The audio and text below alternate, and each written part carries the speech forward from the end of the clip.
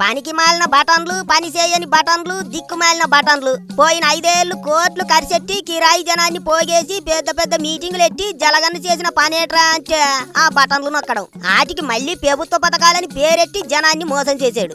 పని చేయని ATM machine లో కార్డెట్టి పిన్ను నెంబరు నొక్కినా డబ్బులు రానట్టు జలగన్న బటన్లు నొక్కినా జనం ఖాతాల్లో డబ్బులు పడేవి కావు. అయినా ప్రభుత్వ పథకాలంటే ఎట్టా ఉండాలో ఇప్పుడు కూటమి ప్రభుత్వాన్ని చూసి నేర్చుకోవాలి జలగన్న. ఆర్టీసీ బస్సుల్లో పెద్దలకు 25% రాయితీ కల్పించారు. వాళ్ళు ఏ రాష్ట్రం వల్ల అయినా పర్లేదు, పెద్ద మనుషులందరికీ రాయితీ ఇస్తున్నారు. 48 గంటల్లో వడ్లు కొనేసి రైతుల అకౌంట్లలో డబ్బులు జమ చేస్తున్నారు. అప్పట్లో జలగన్న రైతుల ఖాతాల్లో డబ్బులేసేందుకు కూడా ఓ 10 కోట్లతో పెద్ద మీటింగ్ ఎట్టి ఉత్తుత్తి బటన్లు నొక్కేవాడు. ఇప్పుడు అట్లాంటి అడావిడేం లేదు. పంట పొలాల్లో మోటార్లకు స్మార్ట్ మీటర్లు బిగించాడు జలగన్న.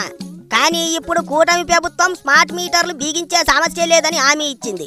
ఇట్టా పథకాలంటే ప్రజల్ని బాగు చేసేలా ఉండాలి గాని జలగన్న తెచ్చిన ఉత్తుత్తి పథకాలు రాష్ట్రాన్ని నిండా ముంచేశాయి. అదేట్రా అంటే మంచి చేశా అంటాడు ఈ చిత్రమైన మడిసి.